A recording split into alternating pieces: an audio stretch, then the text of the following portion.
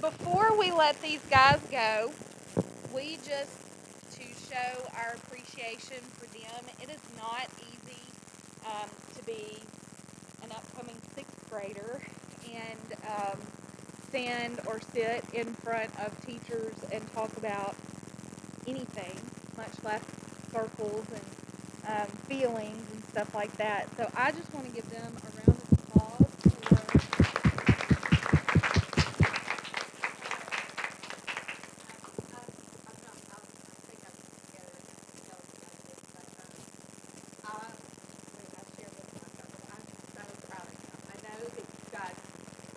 Heard them and get it, but this is just a little taste of the dreams that the grind and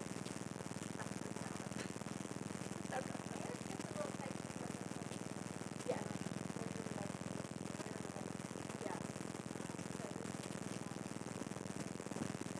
yeah. We're just so proud of them, and they're so articulate and so intelligent, and so have so much empathy because for each other. And the thing is, Tim, Frank was here with us the last time.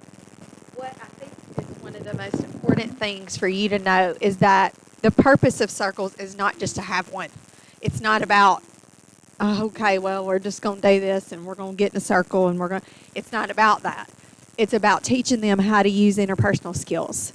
It's about teaching them empathy or helping facilitate empathy for them, how to show them what that looks like. Um, so I know that you guys know that. I feel like we've got a great little group here, and you guys get that. But I want you to know the purpose of it is not just to do it. It is to build those relationships, help them build those relationships with each other, and teach them what that can look like. So anyway, I'm actually going to leave for just a little bit and take Miss Emily back to SACC, and the other ones are going to be gone, but going to be leaving. But yeah, we're so proud of you guys. Thank you guys for coming today and helping us.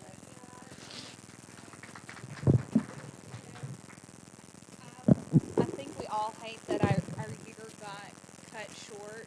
Um, and to see the messages that the kids have sent us, I miss you, I miss school, I miss my friends.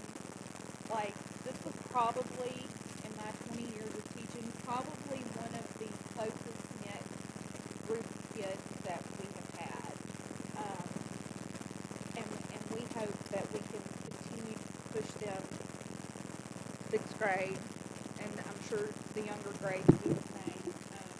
And I think that, asking questions, first, doing it in first grade, will that help? I'd say yes. I mean, because, it was something new for us, but they took off pretty quickly with it.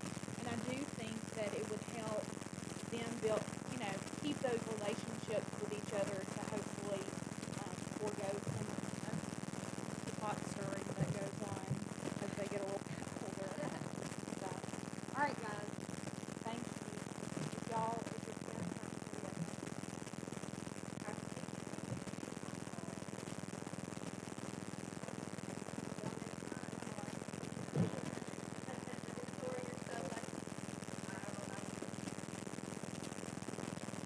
okay. I'm just going to speak a little bit about the Circle Guidelines paper that you got. The first one is about the talking piece. You can use anything as a talking piece. We use Tiger in my room. Even Alabama fans will hold Tiger, right? They'll touch him. Sometimes it's like this, but they still touch him. Ms. Belcher sometimes would use like an actual, it looks like a pipe, but she called it her talking piece. I don't know. But any kind of stuffed animal. And then, like, you can tell, if you were in Jeff Ashley's presentation at the beginning of last year, he talked about this, and it's so funny because if you watch the way that the kids treat the stuffed animal, it tells a lot about their emotions and their anxiety. And then as you watch it through the year goes on, because at the beginning, some of them are really nervous about talking, and they'll sit there and they'll do this and spin it. Um, Sometimes they're really angry, they pull some things. Um, Sometimes they just kind of hide it. So it's interesting to watch what they do with the talking piece. Um, but the thing is, and I know some of them said, we hated that you could only speak if you had the talking piece. And, you have to see both sides of that. The reason why it is that way is because we want everybody to hear what you have to say. And of course, as fifth graders, they need everybody to hear all the things right when they come to their heads. And so that's why they did not like not being able to just blurt out as much. So just anything really can be used as your talking piece. Just establish that that is the talking piece, and that you could only speak if you have it. The second thing, speak from the heart. That's just like we said earlier, this is a safe space. So we want you to be able to speak without judgment. And the kids did really, really good with that. I shared in my circle, I did have a kid, well, that kind of got shared just enough. I had a kid share something inappropriate about her mom. And I was so proud of my students because they never batted an eye. They never acted like anything was inappropriately said, and they never shared it with anybody else, which was a big deal.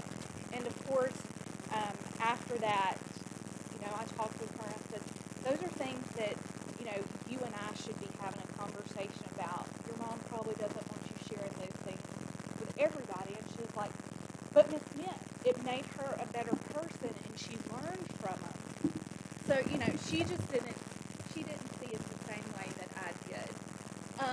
Listen with respect, and that's the part of holding and talking only when you have the talking piece, is, we're constantly, while somebody's speaking, we're constantly thinking about our reply, or what we have to say to what they're saying. And a lot of the time we blurt in. And so, listening with respect means that you're focused on what that student is sharing, and can you make any kind of connections to it that will help your relationship with that student later. Remain in the circle, honor confidentiality. So, remaining in the circle, we had this question last time. I have kicked students out of my circle before. If we have, Lord help, if you get the student, you'll know who she is. But she'd come to the circle, and she'd dance, and she'd do all the things, and then somebody said an answer, and she'd kind of. And so one day, I was just like, I need you to leave our circle because you're not honoring your classmates. And her face was like, oh my gosh. So you step outside the room, and when we're finished, we'll allow you to come back in. And the kids appreciated it. And they said, thank you, Miss Smith, because I couldn't focus and concentrate for her doing her thing. And it may seem harsh. I only had to do it once. And the kids understood, this really is our time. And so, luckily, I only had to do it that one time. So this is just what we have on our walls. This is what we talk about with the kids at the beginning of the year, what each of them looks like, what it doesn't look like. So you can use it or not. If you have better ideas, please use those. Any questions about the rules? Okay, Anna's going to share.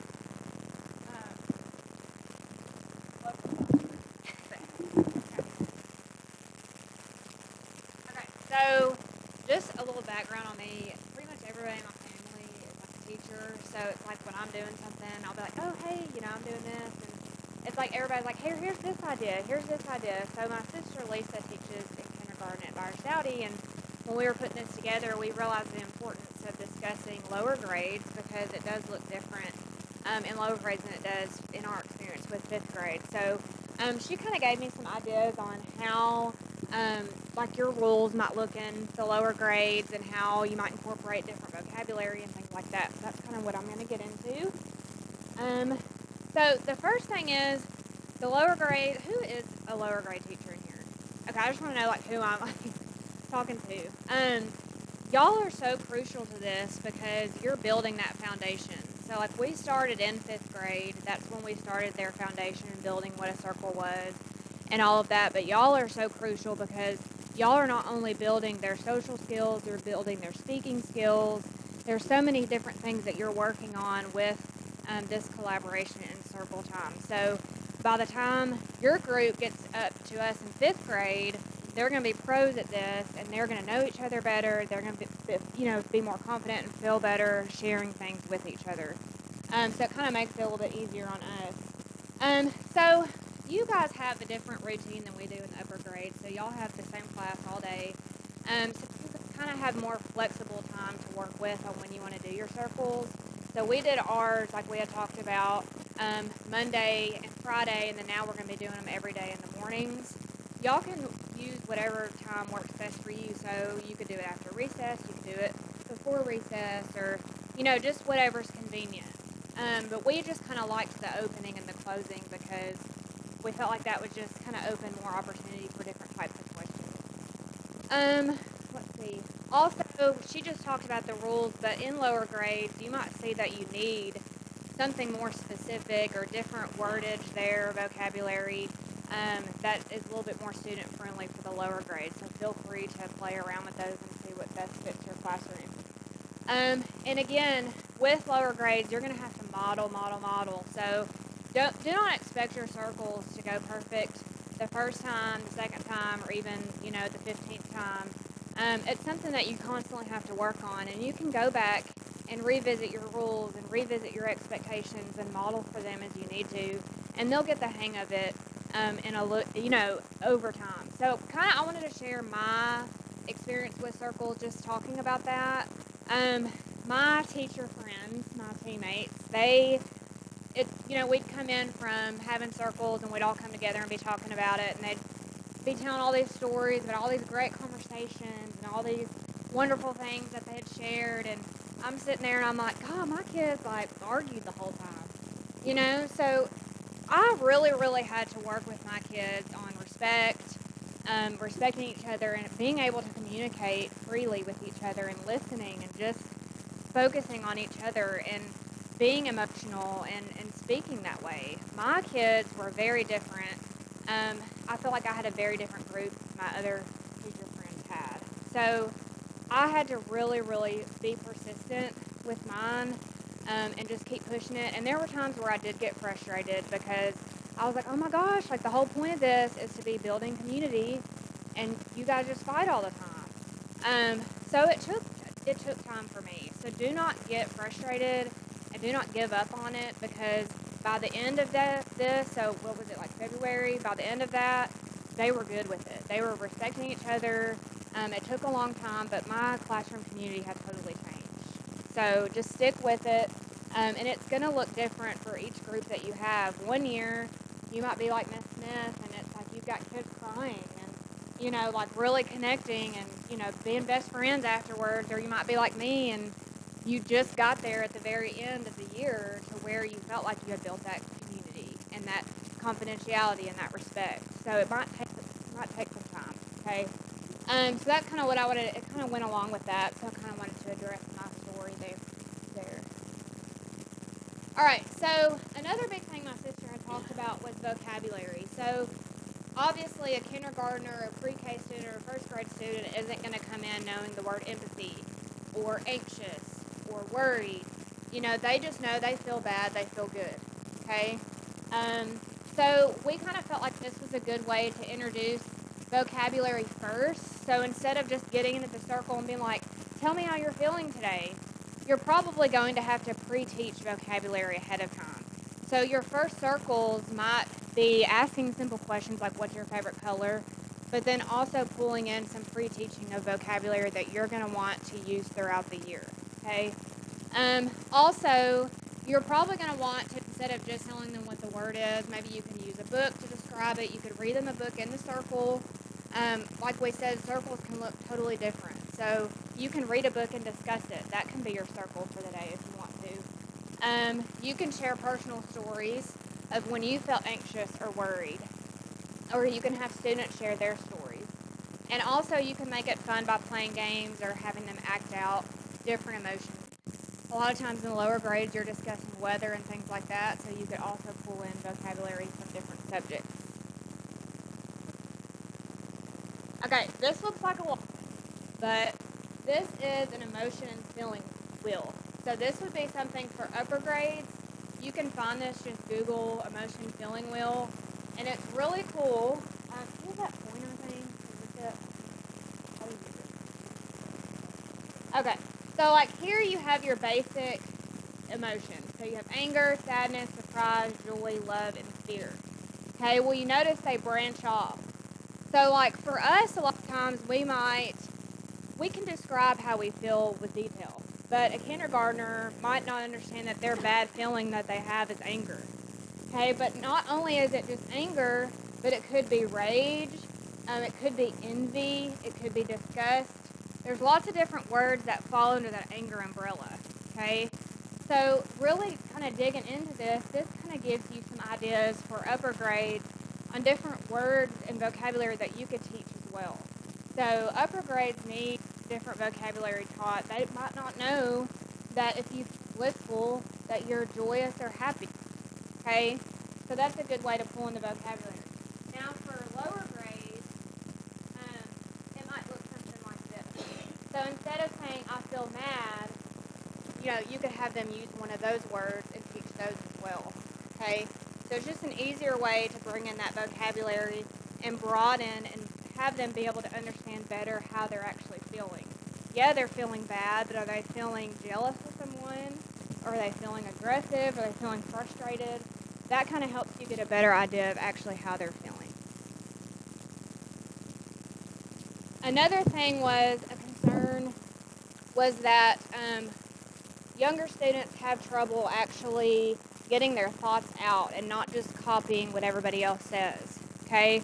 So something you might want to use, and even upper grades, this might benefit you as well at first, are sentence starters. So coming up with a prompt that you want your students to answer.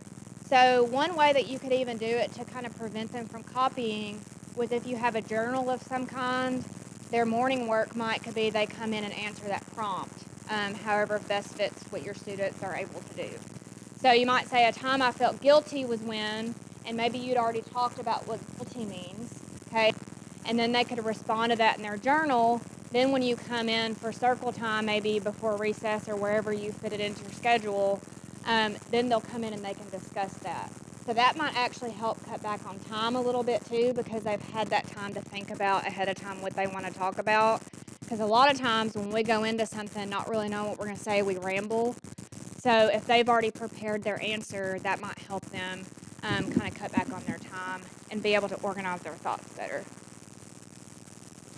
Okay. Yeah? All right. Oh, any questions with that? Sorry, I should have probably asked that. Lower grade? Yeah. I think too, especially if you're going to be pre-teaching vocabulary, I really like that Sophie gets angry.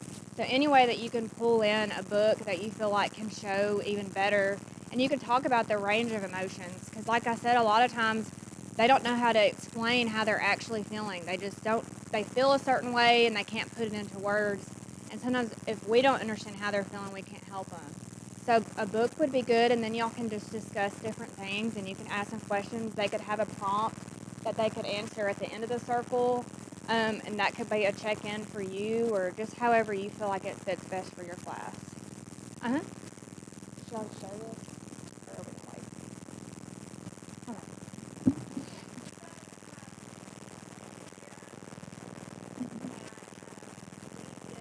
Classrooms that help the kids work together and be able to decompress and things like that. So this de-stress corner that keeps falling on the floor, Miss Belcher had this outside her room. It's just a big coloring. Uh, I don't even know that it's adult coloring, but you can order them from like Amazon. Um, and anytime a student needed some time, they would come out. There was a stool, there were colored pencils and markers and crayons, and they could sit out there. Sometimes they were there 5 minutes, sometimes they were there an hour. Um, and you may be thinking, well, I can't miss an hour of my class. I have important things that I have to tell them. Um, and I'm like that myself, but I had to ask myself, okay, just because I'm making them sit here in my class and I can lay my eyes on them, are they truly learning anything when they're this upset? No. And you seeing them probably is going to annoy you, and it's also distracting to the other kids in the classroom. So, like I said, most of the time, maybe 10 minutes max.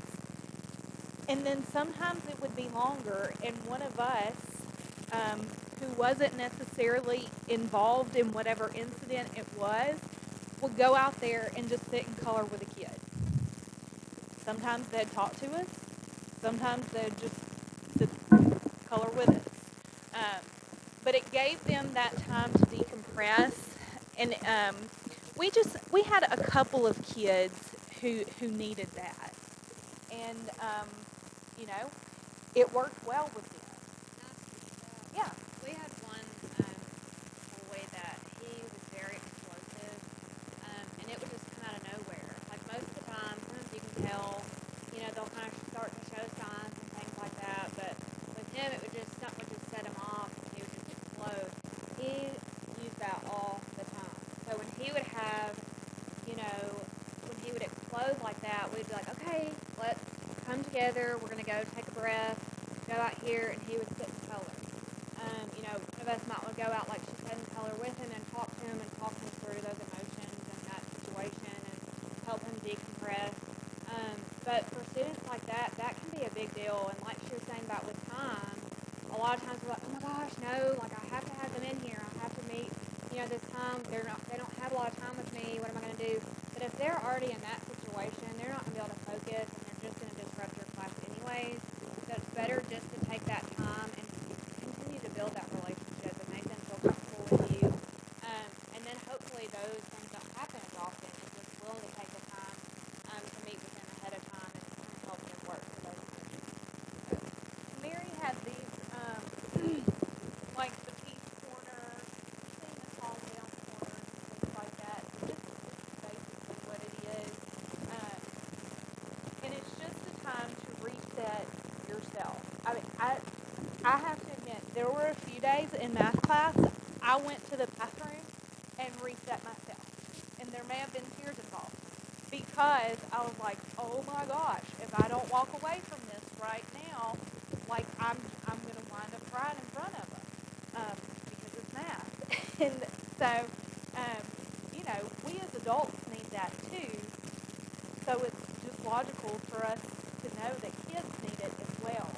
Um, but she has all these things on the poster.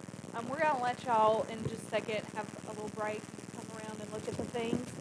I have set some things on the bookshelf on the other side of the room. Um, Something that I struggled with, and I'd say most of my team, was morning work from 7:30 to 8 o'clock. What are we going to have them do for it to be done with any sort of effort? And so for the longest time at the Castle Heights, Success Maker was the answer. And then it wasn't being done with Fidelity. It was, let me click on here and here and here. So we kind of ditched the idea of morning work, the 7:30 to 8 o'clock. So what my students did was when they came in, there were I had different stations, and they had different brain games that they got to do. Um, Sometimes it was a card game. Sometimes it was a puzzle that they had to put together. there's a car game where you have all these little cars and you gotta move the red one out and then have to work together to do it. There's these other IQ games where um, they show you a pattern and you have to put the things in the pattern. And I have those set up for y'all to look at. But they worked 4 to a group. They could talk. They talked to each other about their night. They talked to each other about the game or whatever they were doing. And it wasn't, okay, come in and immediately get started and we got to do this and we got to do this and we got to do this. It kind of gave them an opportunity to get, because we don't know what they, like before they got on that bus or before they walked through those school doors, we don't know what happened at home. And a lot of the time, especially 5 minutes before we got to leave, it's like, why aren't you dressed? Why aren't your teeth brushed? Did you eat something? Get out the door. And that immediately heightens the kid, and it heightens you as well. So it gave them that calm down time. It gave me a little calm down time to where I'm not, why aren't you doing success maker? Why aren't you doing this worksheet? Whatever. So I encourage you to use those during the morning time. Did y'all read? Some mornings it was reading. Sometimes it was doing your check-in, and then Yeah, like at the beginning of the year, that was something like she said that we really struggled with. It was that time frame that was just like, what do you do with this? So I think we all kind of just evolved throughout the year and figuring out what worked best. But things like that, like we started off wanting to do like reading one day, math the next day, science the next day, But then eventually we just figured out what worked best for our students and did more community building things in the beginning. So we're going to go over and check in with you guys towards the end and kind of show you what that looks like, because we felt like that was a way to kind of see where the students were emotionally when they were coming in every day, so that we could have conversations before they left the room. So, you kind of just have to fill out your group and see what works best for you. Implement some of these strategies, because you're going to find things that work best to be able to build a community other than just circle. So, I've been looking on Pinterest a lot, and I've found lots of good ideas for ways just to give students time to just focus on how they're feeling and move on from that, because they carry so much in every single day. Like, we have no idea the stuff that they see when they go home, and we've got to give them that time when they come in that safe space to recognize they're safe and let go of that so that they can be successful in the classroom. So I really recommend, if you do have that morning time, to find something where you can connect. I know morning is like the most hectic and busy time, but really that's the best opportunity for you to connect with your kids and make that impact very first thing in the morning before they move on. so if y'all pick it up and walk around, you can look at that. You can look at her little din that she has there. Yeah, and then over here on the shelf, I have some of the games that I was talking about as well that you can look at more pictures about and do that.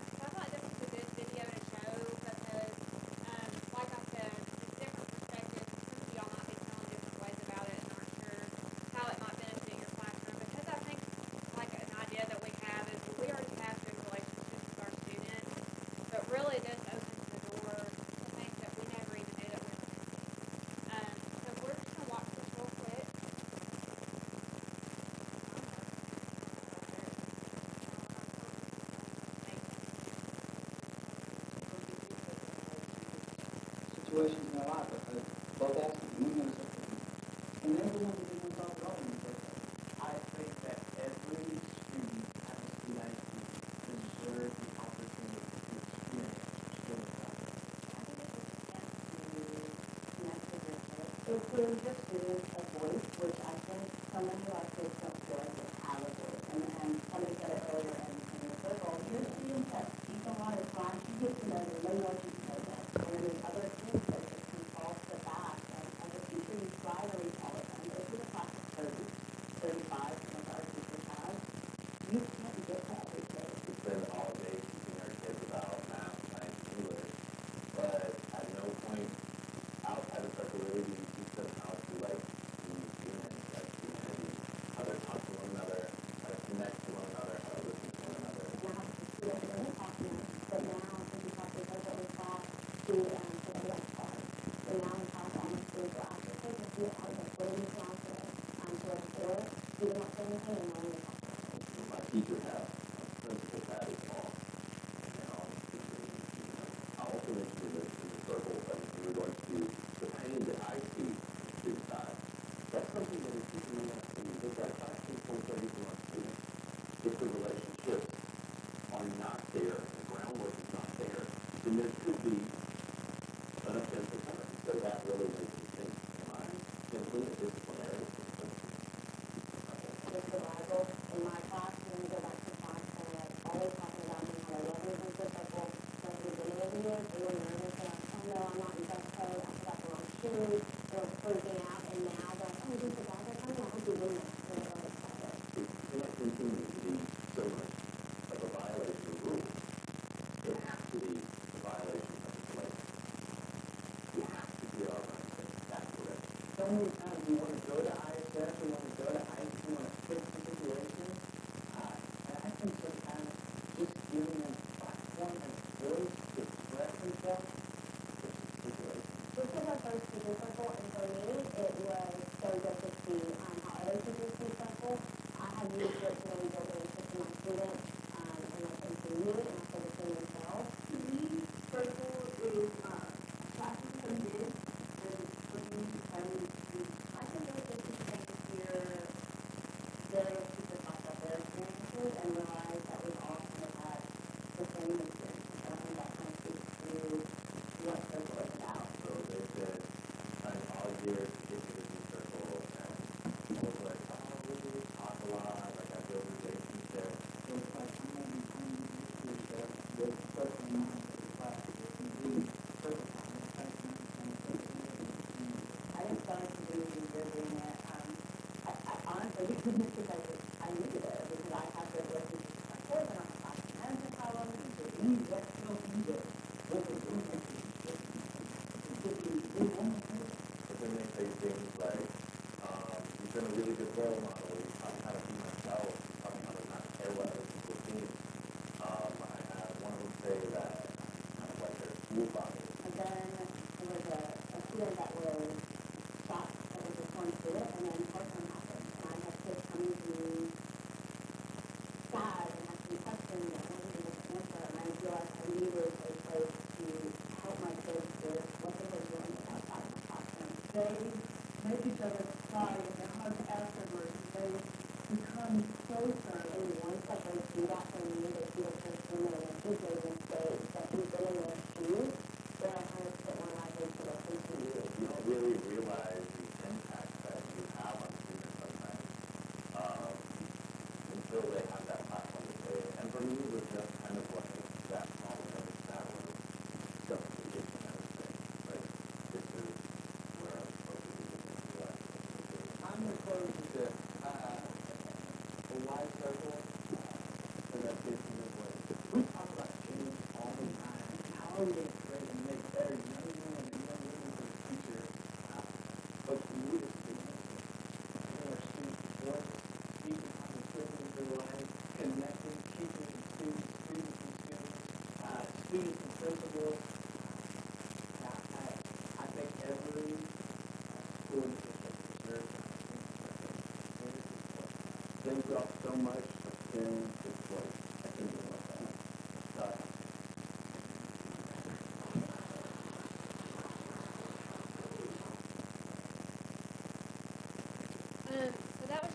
video just to kind of show their perspective. Was there anything that stood out to you guys that kind of surprised you or really resonated with you? Anything that they said?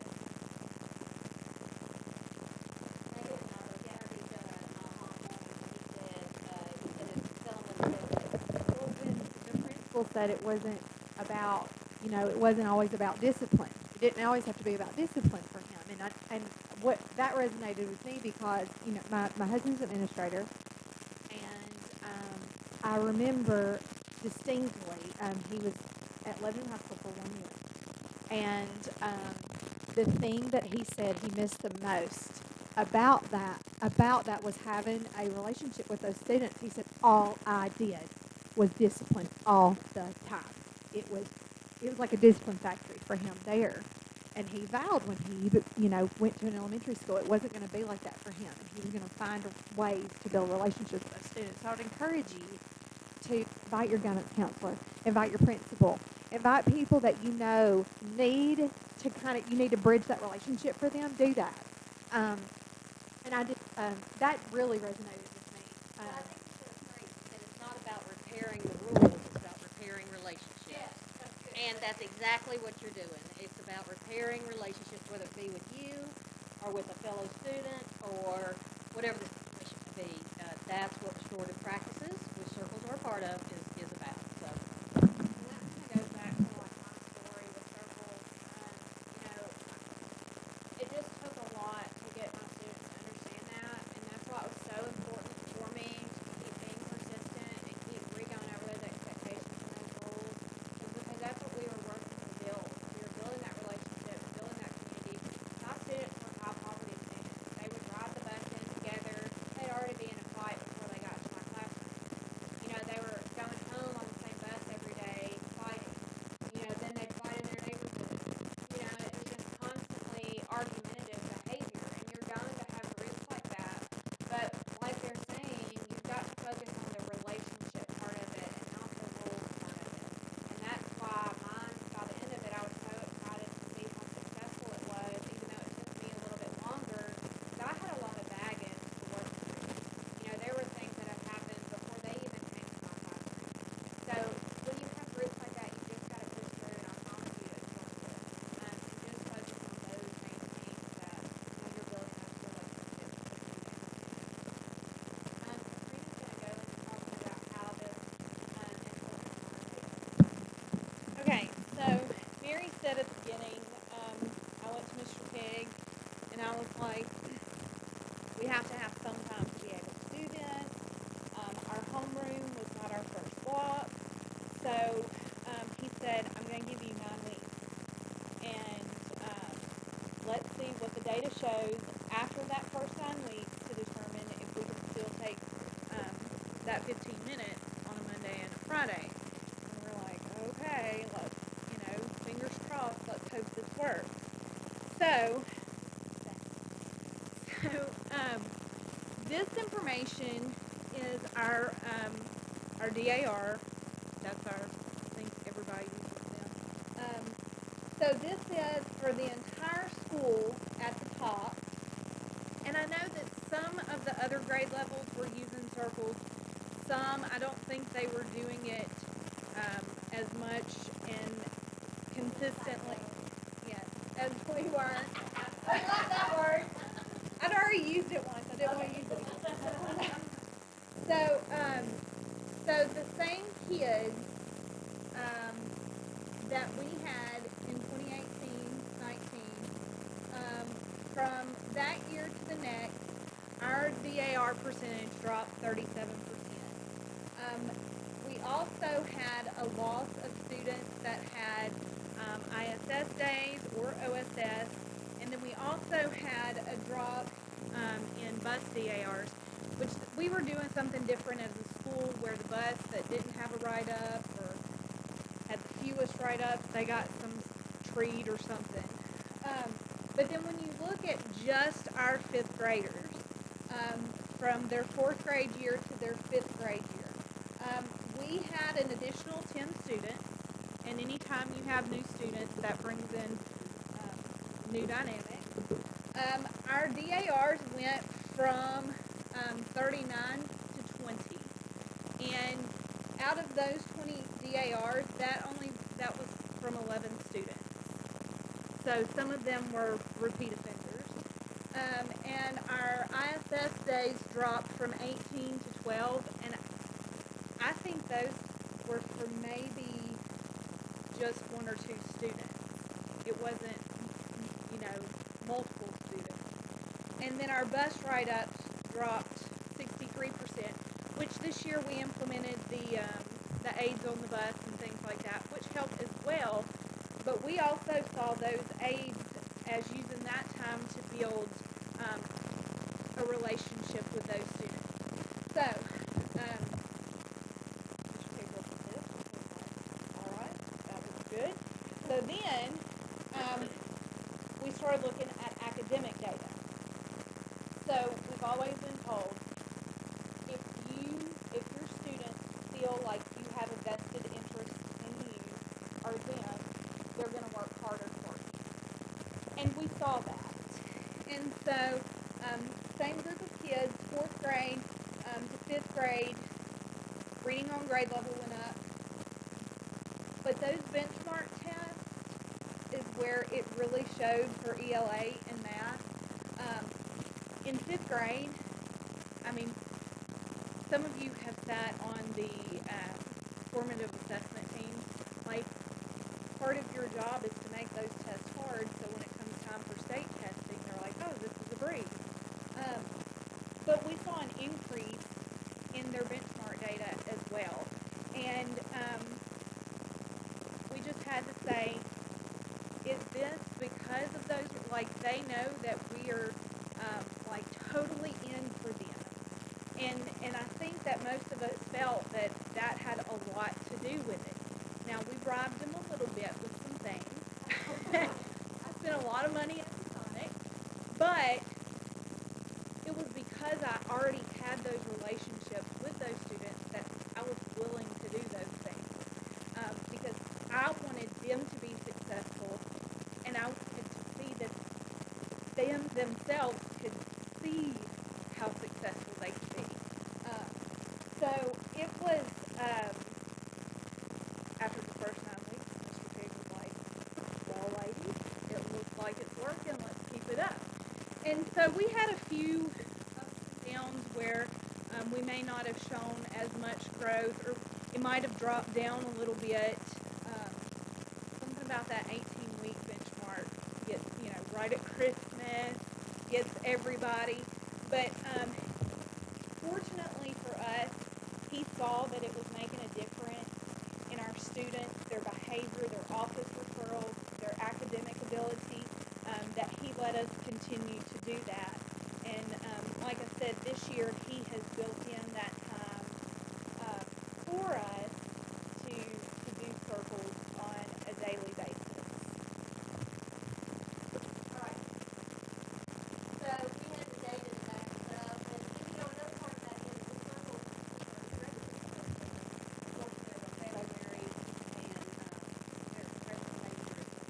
So that's generation.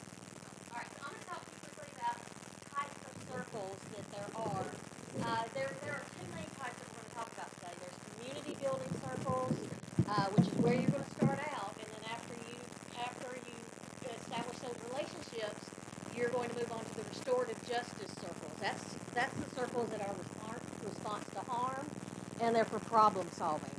Like Amari was saying, we were having trouble in the cafeteria with curse words being said in the cafeteria, and so we had to have a little circle meeting about that because that had to stop. And so that's where that goes into more those types of circles. So, community building circles. Here we go. Well, let's talk about the circle time frame first, because you may be thinking, how am I going to do this in 15 minutes, right? And at first, you won't be able to. It'll take you longer. But hopefully, when you start the circle, you're going to bring them in, and you're going to find some way to center them, get them grounded, some sort of mindfulness technique. Maybe you recite a poem or a common phrase or something like that to get them settled into what you're going to be doing there. That should take about 1 to 3 minutes. I don't know if this link is going to work, but this was just an example that you can get videos from the internet.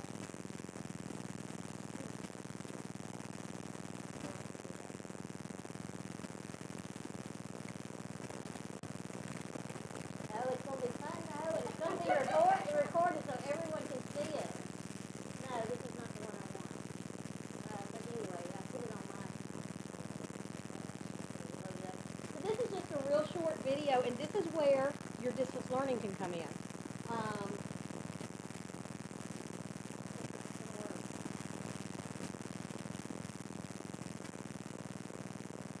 Because you can post this and you and your students can do it from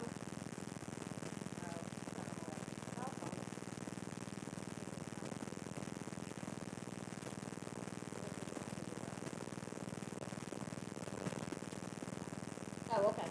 So this is your circle time frame. So the students will arrive. You'll have them, especially with first graders. You're going to have someone. You're going to need somebody going to focus on the task of what you're doing. You're going to state the purpose of the circle.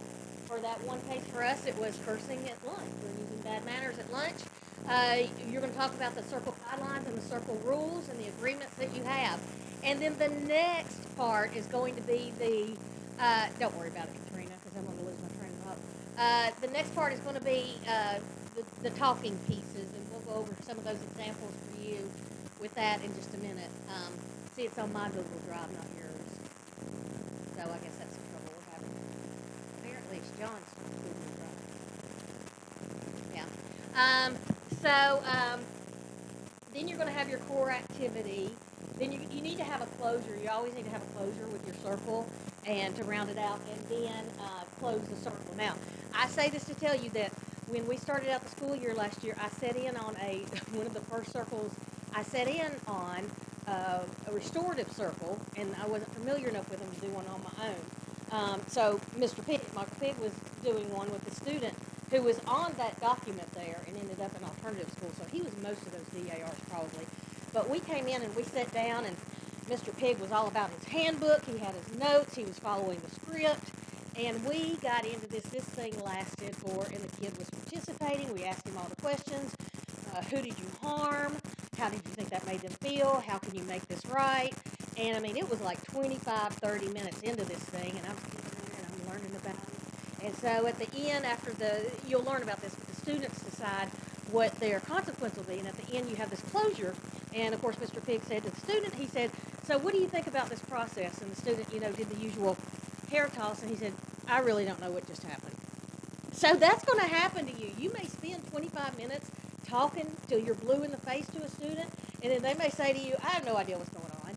And that happened the first time, but as it was implemented more throughout our grade level in our school, the students were used to the process, and then they could tell you what had happened and what their consequences should be and the purpose of that circle and what it was. So it will get better. It just takes practice. So that's your circle time frame. And as I said, I implemented, we all do these community building circles. This is what you're going to start with.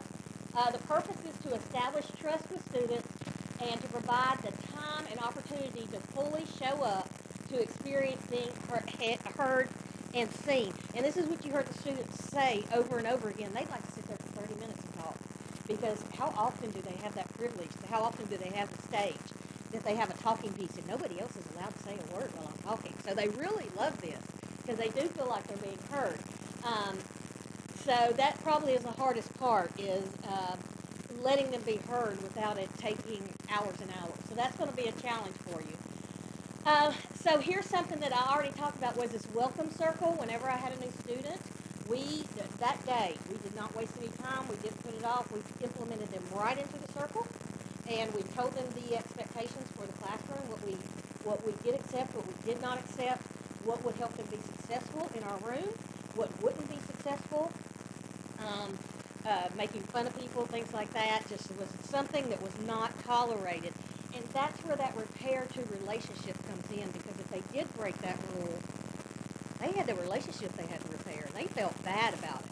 Because when you were let into our classroom and into our group, and then you're going to do something to hurt somebody else's feelings, seriously, you got to repair that relationship. So we would have welcome circles to do that, and that was just to make sure that the expectations weren't coming from me; they were coming from their classmates, from their peers. So I think it carried a little bit more weight that way too. So we also had goodbye circles. When we have a student that was moving or leaving us for some reason, we would have a goodbye circle, and we would circle up, and we would tell the student, what maybe the first time, some memory we had of that student, whether it be the first time they met, what they were going to miss about him, And so we only had 2 of those this year. And the first one, the students really loved it. We sat around and we told him how much we were going to miss him. And the second student, he was going to move, and we had the same circle meeting and told him goodbye and all the wonderful things he did. And the next day, he showed back up at school. and I was like, oh, I thought you were moving. He said, yeah, I'd like to hear so much. My mom said I could stay. And so we were like, so you do kind of have to wonder about that and worry about that sometimes if you might be a little bit happier than other times to see them go. So that's what a goodbye circle is when if somebody moves or something like that. Also, you can have circles where you talk about classroom norms and procedures. Maybe you're having trouble with hallway behavior. I know that Miss Reeves at one point was having trouble with some girl drama, which I know you guys in middle school, I don't know, y'all have a lot of trouble with that. So she just told us after lunch one day, she said, I need to have a circle. I need to talk to my girls. And so she did. So it's to address those procedures and norms that you need to go over again. Nourishing circles, I'm going to talk to you about that in just a minute. And then cultural circles. That's where you just get to know each other in different cultures and what they like. And it was so good at Christmas last year. The students drew a name from somebody in 5th grade. And they were able to tap into what they learned about the other students during circles to create the most wonderful gifts for one another. And we didn't have to help them as much because they would come to us and say, he likes the color blue and he loves basketball and he likes, Michael Jordan. How do you know all this? Well, from circles, from sharing in circles. So they were able to make some really nice personal gifts for one another that meant a lot to these guys. They cried.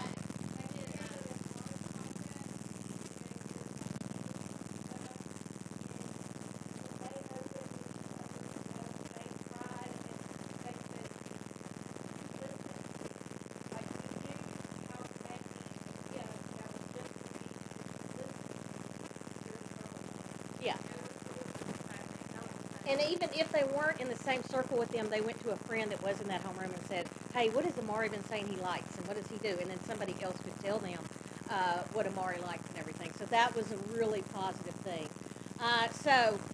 Nourishing circles. This was very important. This is how I start the school year every year is with the nourishing circle. When we nourish one another, what are we doing? We're eating. Thank you. We're eating. That's obvious. We are eating. And I love to eat. And so I always start out the school year with a nourishing circle. It says gathering over a meal is one of the most, and I don't know if I'll be able to do it this year with COVID. I was wondering about that today. But gathering over a meal is one of the most ancient forms of bonding and building community. As people share food, they appreciate each other at a profound level. Nourished bodies and relationships pave the way for better collaboration and higher quality work. By meeting our core, feeding your tummy is core. That's basic. And by meeting that basic need, people create a container of trust. When we relate simply as people sharing food, it speaks to us as a group familiarity. Sharing a meal means you have relaxed enough that you trust each other enough to nourish your body with others. Eating with someone provides the beginnings of a relationship, of friendship, and understanding. Because everyone is eating, this activity is cross-cultural. That's why when Amari said we had a big blow-up about food shaming, it's true. You are not going to go into the cafeteria and use bad manners. You're not going to food shame someone. The cafeteria is a time to socialize, to have conversation within your circle, within your group at your table, and to learn about each other. And so to start that off on the right foot, on the first day of school every year, I bring in food. And I cook. I cook for the students. And they're like, and while I'm doing this, they always say, well, Ms. Belcher, what are you doing? I said, well, I'm feeding you. And they said, well, what are you doing this for? And I said, because I'm fulfilling a basic need for you. And when people cook for you and they feed you, that's telling you, that's taking care of you. That's telling you how much they care about you, not just emotionally, but physically also. It's how people show they care, is to prepare food for you. And so we kind of take that a little bit further. I have the morning group, which is that bus, that comes in early with all the kids. They come in fighting already, as she said. And so I do I would actually do check-ins and circles twice a day, but I did it with them too. And when the first group I had, when they came in, of course, they were fussing and fighting, and they're a very vocal group. Have you ever noticed that, the kids from the early bus? They're very vocal. And they were fussing one day, and the girls were talking about how they had cooked some eggs, and the boys were like, "You don't have to cook any eggs," and the girls were like, "Yeah, we do. That's what we had for dinner last night." Because you understand, these children are cooking for themselves at home. They are making their own food. And it bothered me so much that these boys didn't believe them. I brought in a hot plate, and I brought in eggs the next day. And so for the next couple of weeks, we would cook for one another. One day the girls would cook for the boys, making eggs. They would serve them and everything. They would take them a plate with eggs. They would ask them, do they need anything else? And then I would have the boys cook the eggs the next time. And it was, once again, to reiterate to them, this is how we're showing that we care for one another, that we're taking care of each other's basic needs, and we're building relationships. So I was hoping, I could just see, I was thinking the other day, I see myself coming in with individually slices wrapped blueberry bread or something because we can't share food, I don't know. But a nourishing circle is a great way to start out the year to show the students that you care about them. Because and once again, and for the second phase, they don't have other people cooking for them. So it does mean a lot to them if somebody would cook for them. Can I add to that? Yes. We also decided at Christmas time, instead of doing, individual homeroom breakfasts and all that kind of stuff, we did 5th grade as a whole. And we had kind of buffet style. Everybody brought in food. We set it up on the tables, and the homerooms came through, and we ate breakfast together. Yeah, flipping pancakes and bacon and sausage, and and it was really neat to just be able to sit down and have that time all together as a 5th grade, like right there at Christmas. And then, I don't know, Valentine's Day, yeah. We did an ice cream sundae party together. And, it's interesting to see the kids not bunched up by homeroom, and they're all sitting with each other, and they're all just talking about all the different things. And, they know that we're taking care of them both physically and emotionally and mentally. And it was just really neat to be able to do that this year.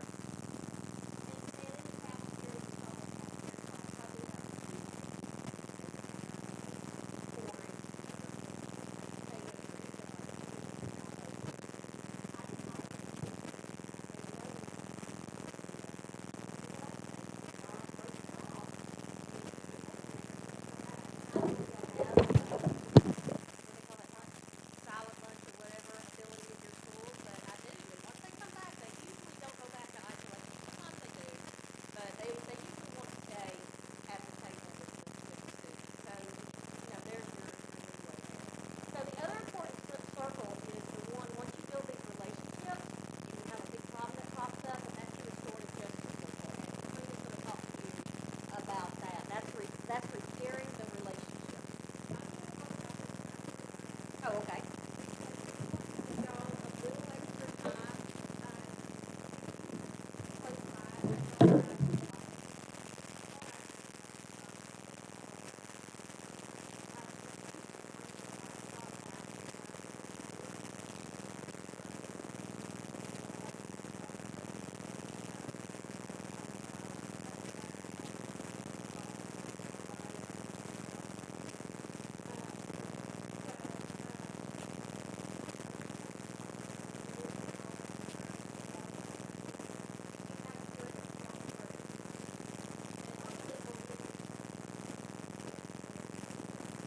Yes, we should. Oh,